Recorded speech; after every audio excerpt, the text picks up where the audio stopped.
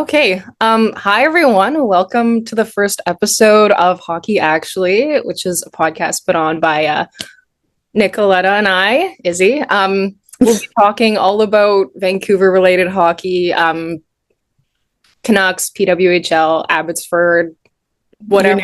You name Exactly, right? Whatever comes up. Um, Let's just get started. yeah, Go exactly. into it with There's the a lot to Dakota talk about. Joshua. Yeah, let's start Yeah. with gosh. That was absurd. I got Right. off of work and then I got like X notifications and it was like Dakota Joshua is being traded for a fourth round pick. I was like, oh, interesting. You're like, I How have do you a feel about it? podcast. I have a Yeah. podcast to record in like 30 minutes. Let's see. Just to go over like the full details of the trade. Dakota Joshua, no salary retained, is going to the Toronto Maple Leafs in exchange for a 2028 fourth round pick.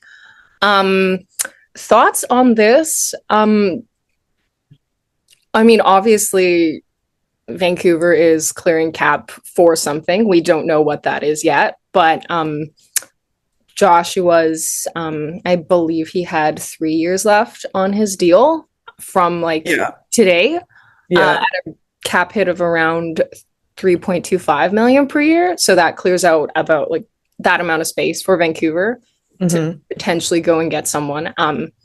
That is what I would guess is what they're trying to do with this. They've got around like 4 million now. Probably try to get like a, like mid-tier, like middle six, bottom six forward with that. But who knows? We'll see. I mean, rumors have circulated that Teddy Bluger may be on the block as well. So Yeah, I heard about that. I found that quite interesting. I quite like Bluger. I think he brings a good like grittiness to the Vancouver lineup. But again, losing Josh is losing another super like just a big guy, like a forceful impact on the ice. And yeah. from my experience, like he's pretty well liked. Like Mm-hmm. he doesn't really stir drama, cause anything. So Mm-hmm. that's kind of a loss in that, but also I can see why Vancouver's doing that. Yeah. Especially, I think you bring in like Evander Kane who can stir stuff up on the ice too, who's physical, who will stand up for his teammates. You bring in Drew O'Connor who can kind of like fill in that bottom six role.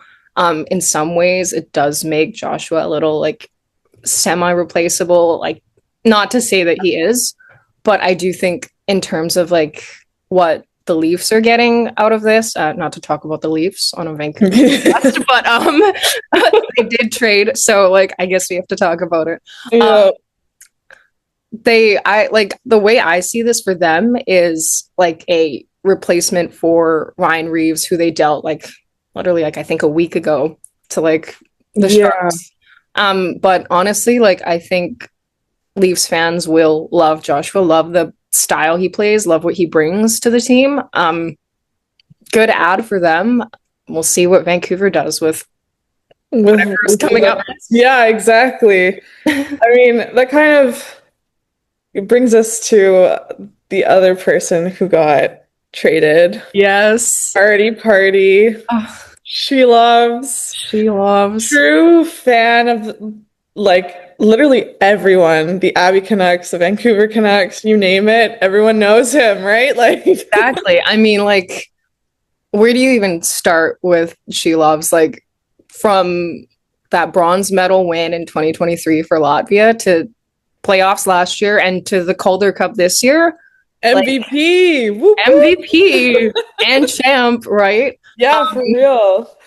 To outline the details of the trade, on I believe it was Sunday, Artūrs Šilovs was traded to the Pittsburgh Penguins in exchange for forward Chase Stillman and a fourth round pick in 2027.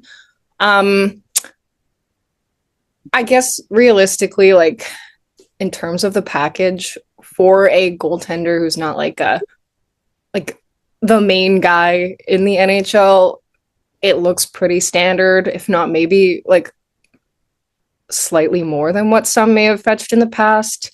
Um, Mind you, Šilovs is a Calder Cup playoff MVP and Calder Cup champ, and then all the other things he's done, all these accolades. So factoring that in, like, what do we think of the return that Šilovs fetched?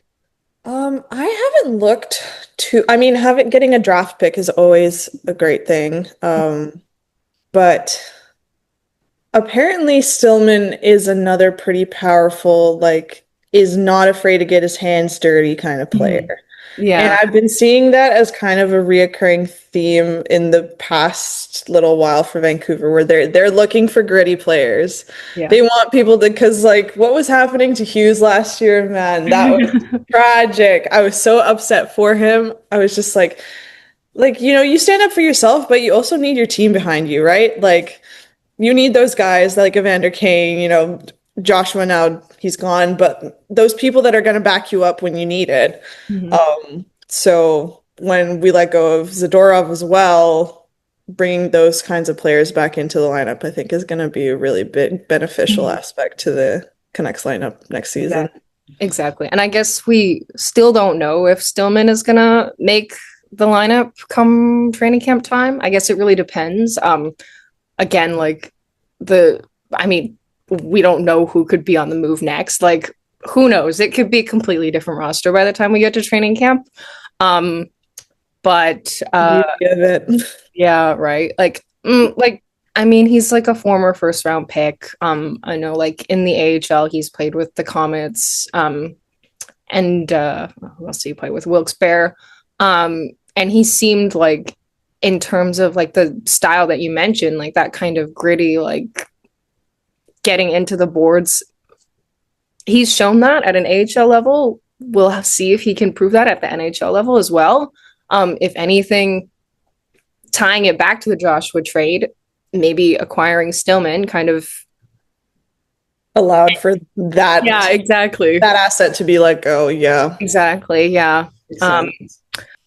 Tying that back to like Šilovs, do we want to talk about like what impact this has for the Canucks or like, how this could impact their goaltending department? I mean, for me, it's I hate to see you go, but I'd love to see you leave. He's been able to prove himself time and time again in playoff scenarios. It's just his NHL run wasn't the best leading up in the last season. So I hope that in Pittsburgh he gets more opportunities and really gets comfortable with the team that he has ahead of him, and he's able to show what he was able to do in the playoffs this past year. So I hope the future's bright for him. I wish him all the best. Exactly, right? We love the Artie party. Yeah, Artie Party will never die. He'll stay Artie with party us. will never die. It's just relocating. That's okay. Yeah, exactly. It's just being moved. Just moving on to the east. It's okay. Yeah. Okay, shifting gears from Vancouver, let's chat a bit about PWHL Vancouver and maybe some name ideas potentially. What's it called? I Ooh. put a survey out. I'm sure some of our listeners may have seen that, but I put a survey out yesterday gauging the interest of fans and what they think the name should be. And overwhelmingly, got a lot of responses for the Valkyries. I like that, like the little alliteration. Big fan of alliteration. Also saw, let's see, what else did we get? Griffins was one. Cypress was one. That's unique. That's interesting. Totems. We got Vixens, two. Vanquish. Very unique. Riptide, Storm, Silence, Swift, Frost, which may cause some collusion with Minnesota, but Yeah. who knows?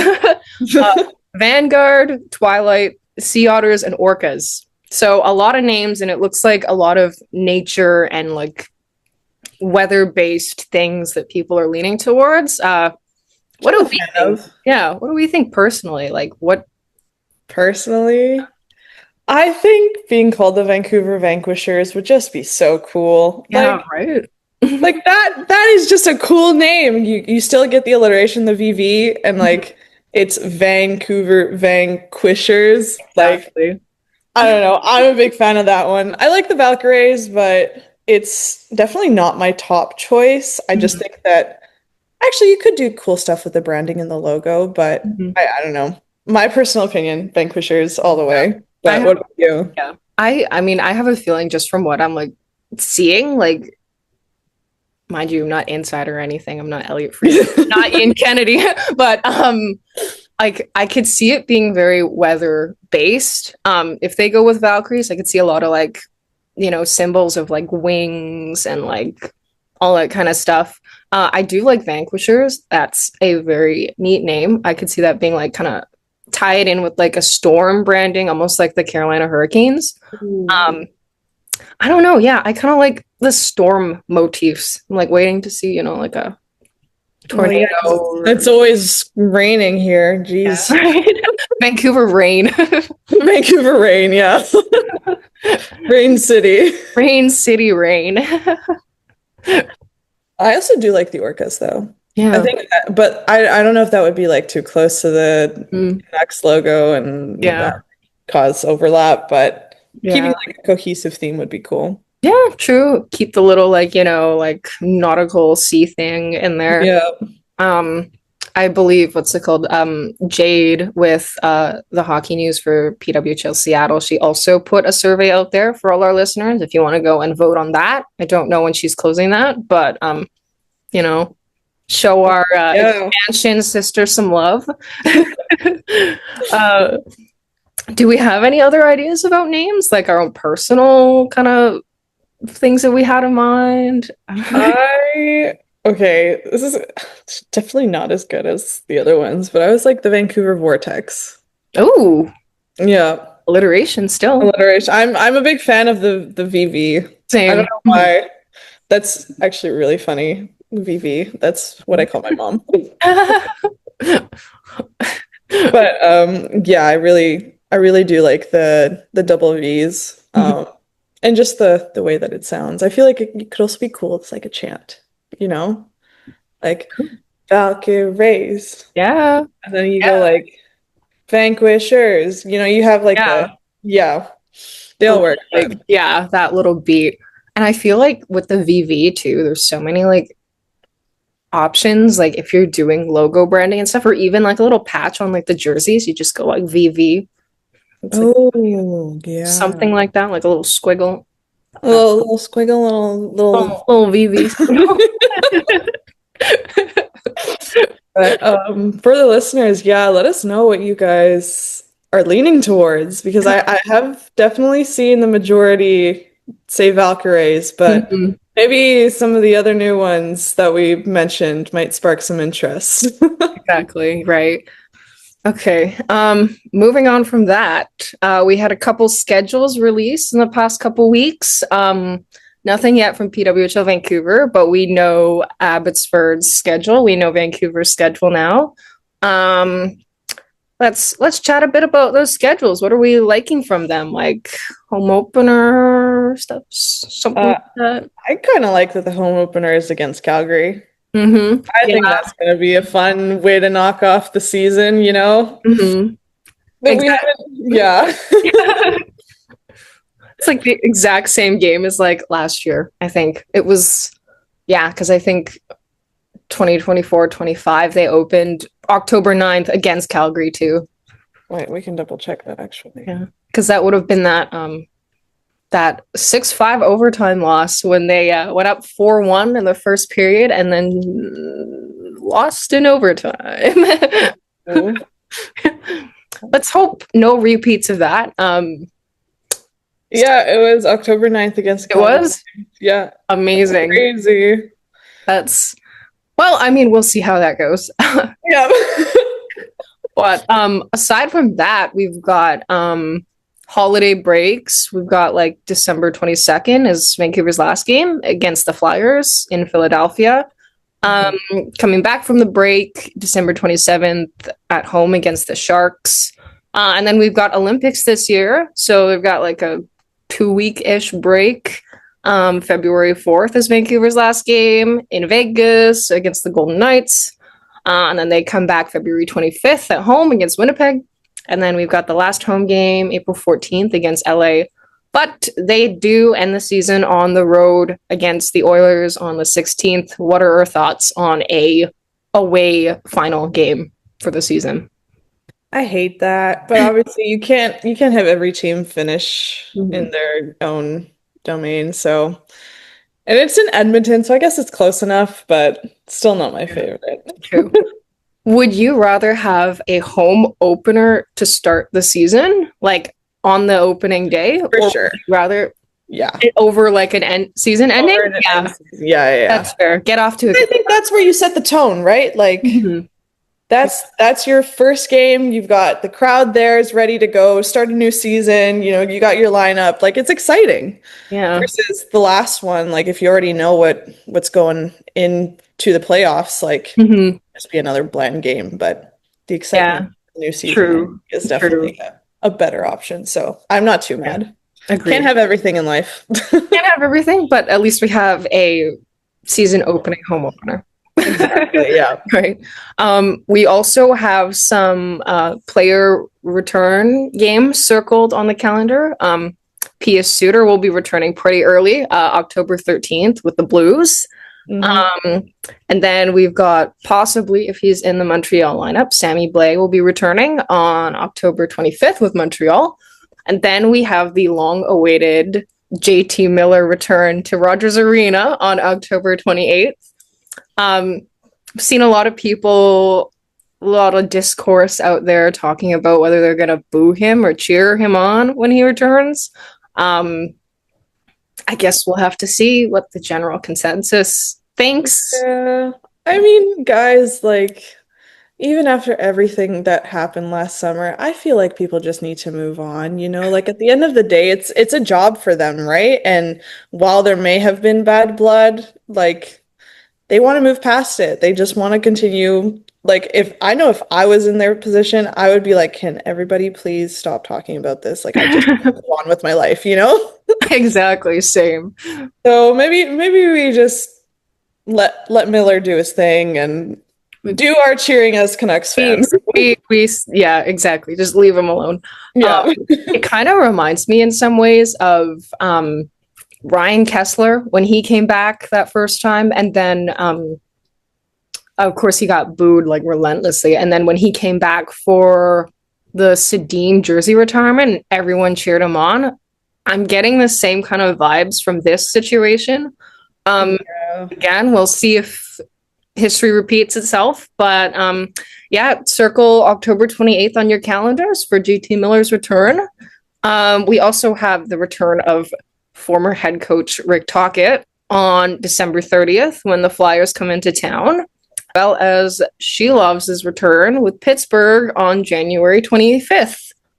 I gotta put in the PDG return. I'm sorry. Yes, of I course. I love PDG. Phil Giuseppe is such a amazing man. When I was at the Calder Cup games, like I was like, let's go Phil. Like he's just so fun to watch, and I don't think like there was any bad blood between like his departure, and I think most people will remember him as the guy who was flipping off the crowd as they won the Yes. Calder Cup. Oh my gosh, icon. That Iconic, and yeah. Breezeball during the celebrations is Oh something my, that will stick in my head forever. It's like no, that was so funny. Yeah, I love that the team was super close, so I don't think that anything's like in bad Mhm. regards. Yeah. So But we'll see if he ends up on Winnipeg's lineup come that day, which would be November 11th hmm at home at Rogers Arena. But shifting gears to Abbotsford and their schedule, we've got some dates coming up for Abbotsford. They start the season on the road, unfortunately. Their first game is October 10th at the Henderson Silver Knights. And their home opener, when they'll be revealing their Calder Cup banner, is October 24th against the Ontario Reign. I'm sure that'll be a great game. Welcome home the champions, right? yep. Exactly. Final home game is April 4th against Coachella Valley. There's for technically second-ish round, I guess, opponent in the Calder Cup playoffs. And their final game of the season is April 19th in Coachella. So we've got those two schedules. What is next? Speaking of some young Canucks, We also had a couple ELC signings recently. Braden Cootes and Izzy Medvedev signed their ELCs, both 3 years, I believe. Yeah. I guess this one would make Medvedev ineligible to play in the NCAA, but it looks like he would probably be returning to the London Knights of the OHL, where he spent the 2024-25 season with. He's so young. He's right? like 15. Yeah. He looks young too. Oh, yeah, he does. not if he ever listens to this, like it's not a bad thing. It's just you're like, oh, right? Yeah. It's a great thing. It'll come in handy so much in 20 years. 100%. Not that we know, but yeah. The vision's there. Right? We're like, oh, he's so young, and he's like, what, like 5? 4, Yeah. 5-ish years? I'm like, oh my God, how old am I again? But yeah, so Medvedev was picked in the second round of the 2025 NHL draft, 47th overall. Still got lots of room to grow. Like we said, he's 17, still probably pretty deep into his OHL career. He was one of the youngest players in the 2025 NHL draft. So the fact that he was picked in the second round, it's pretty impressive. Pretty big indicator.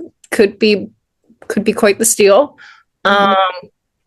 Yeah, he's got a unique mix here of goaltending experience because he did play in Russia up until he was 14, and when he was 14, moved to Canada, not Vancouver. Played in the OHL this past season, so we'll see how he pans out. Like we said, he's still really young, but he's on his ELC now. He's in the Canucks organization, and yeah, we'll see. Risk, high reward. He kind of reminds me of Šilovs a little bit, honestly, where they just retained him so young. True. So, not quite as young, but still, True. We'll see. But now Braden Cootes. You want to go ahead and review his? Absolutely.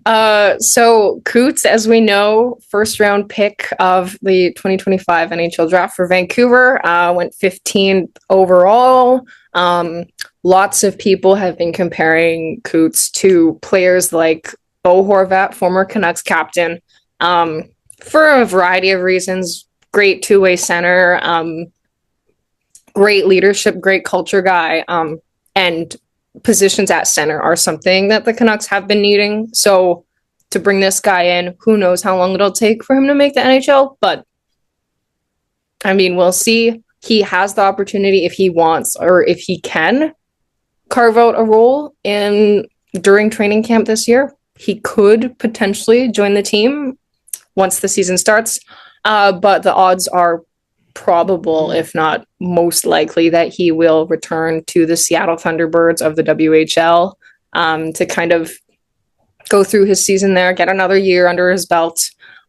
He was captain of the Thunderbirds last season and also captained the Team Canada U18 team last year as well.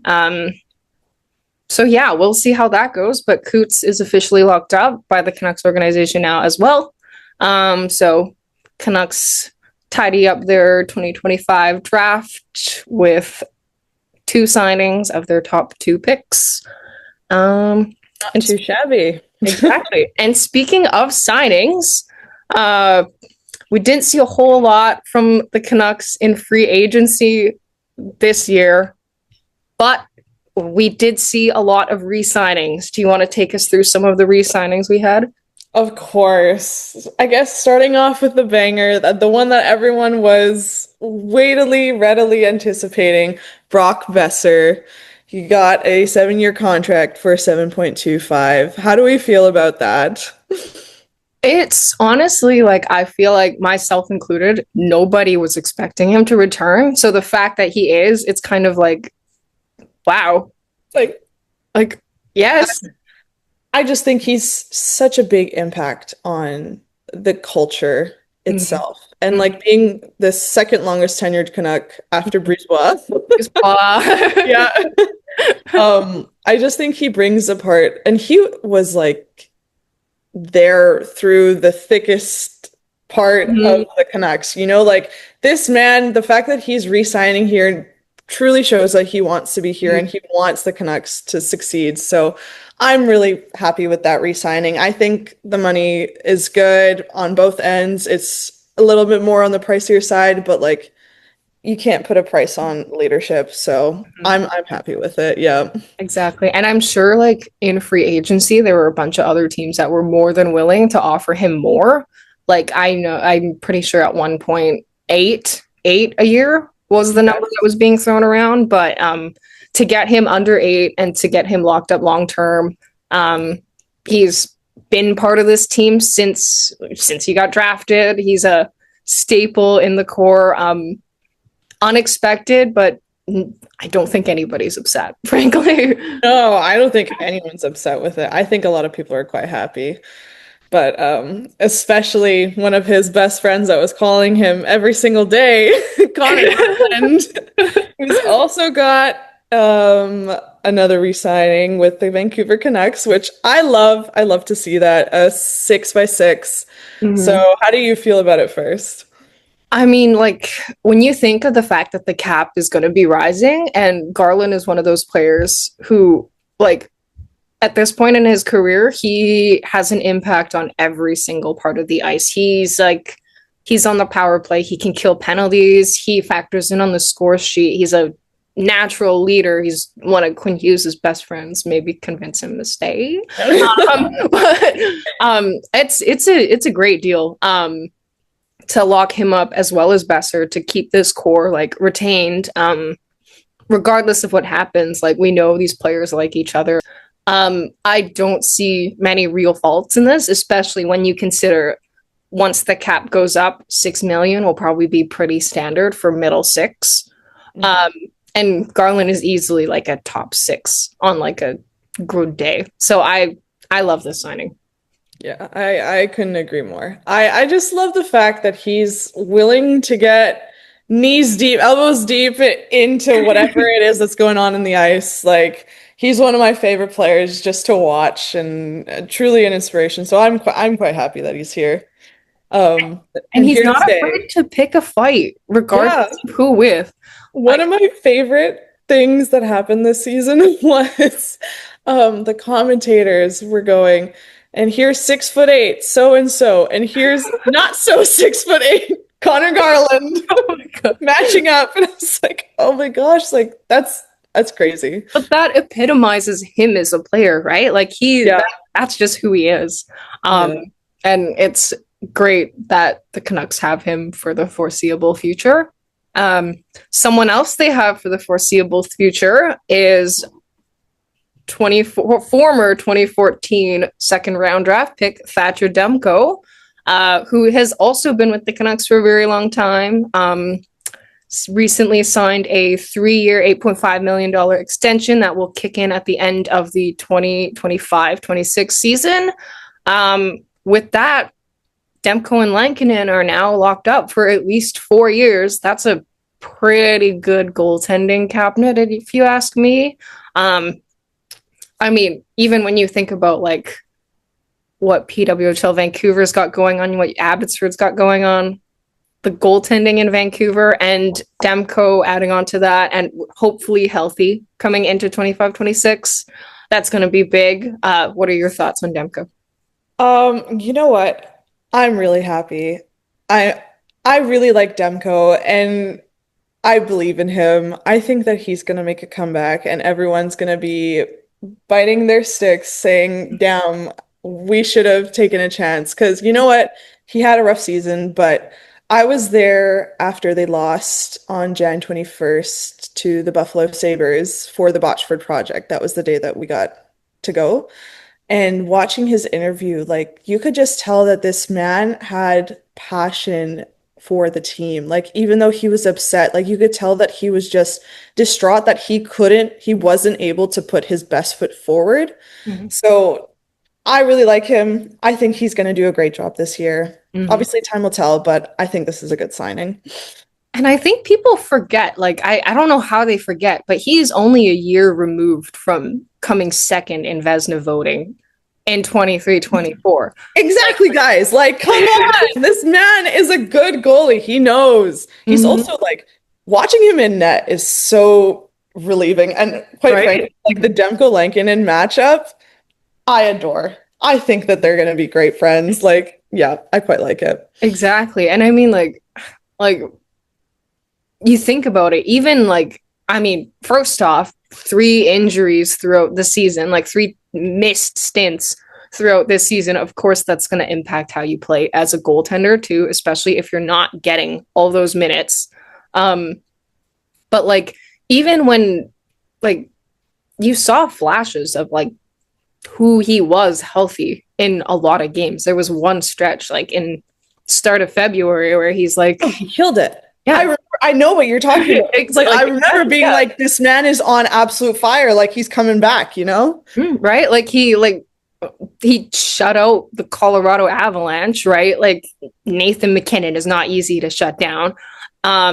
Nor is Cale Makar. Exactly, right? Like one goal against the Sharks, and did well in that starting, like the start of that game against the Leafs, but ultimately did not finish. Just sad. But and he even got like second start of the week because of that. I don't He's see capable. Yeah. exactly. I don't see how people don't realize it. Like, Yeah. injuries, yes, and that will impact his play. But Obviously, like biased. yeah, I mean, I do like him as a person, but yeah. But like as a player too, it's like Just stats alone, guys. yeah, the drop off is not that much, right? Really not that bad. Okay, moving on from Demko. What else do we have? We've got some of the Abbey boys who re-signed. Yep. Räty, Brisebois, Baines, and Sasson. I don't think we need to go exactly into what they re-signed. You can probably do a quick search, but I like it. I think Brisebois earned his place alone just the way he showed up to the Calder Cup party. But also, you know what? That one kick in to lose that game at home was tragic. But do you know what I'm talking about? I know exactly what you're talking about. Yeah, that was pretty tragic. I'm not gonna lie to you, Brisebois. I was not happy with you. But I still think he's a capable player and he's got a lot to like give. And also, longest tenured Canuck. How can you get rid of him? Exactly. And not just that, like the culture, like yeah, I mean, like seeing firsthand, like I mean, we were both at Abbotsford games and like seeing the way these guys act, like in the dressing room, on the ice, like with one another, there's like a true belief in this Abbotsford core. Of course, that helped them win the Calder Cup. But like even past this season, going on to the next, like the culture they've developed here, like especially with these players, these are pretty like core, like staple players. Sasson and Baines were doing nuts. Exactly. Off, like, right? Like, and like the Rock 2 signing in particular interests me just because I'm so with excited. Suter now gone and Bluger, who knows, like Bluger's fate up for grabs. It kind of makes you wonder, would he come up and potentially take a spot come 25-26? Because he impressed quite a bit in training camp last year. And if he continues that, like I know he was injured throughout the Calder Cup playoffs, but like if he comes in healthy and he builds off of that, could he be a potential 82 game bearing injuries center for the Canucks in 25-26? I guess we'll tell. Exactly. We've got a lot of depth signings from Vancouver. Potentially heading to Abbotsford. We have Pierre-Olivier Joseph at a 1 year, 2-way. We have Jimmy Schultz at a 2 year. Joe Labatt, former Canuck, at a 1 year, and Mackenzie Mackern at 2 years. These guys are definitely going to be depth signings. Who knows if they'll be more with Vancouver or with Abbotsford? We'll wait and see. But yeah, I don't know. What are your thoughts? I mean, I haven't looked at them too in depth individually, but from a general consensus, like it seems like they've got a lot to prove, and I guess we'll see what happens, you know? Like mostly good things, but They just got to prove themselves on the ice. That's all that matters. Exactly. Okay, I think that wraps up our first episode then. Thank you everyone for listening. We'll be back next week. Who knows what we'll talk about? Time will tell, but you'll have to listen in to find out. Yeah, and Yeah. if you guys have anything that you guys want us to discuss, feel free to comment. Comment, reach out to us on Twitter, Instagram, wherever. But yeah, take care, everyone. Have a great rest of your week.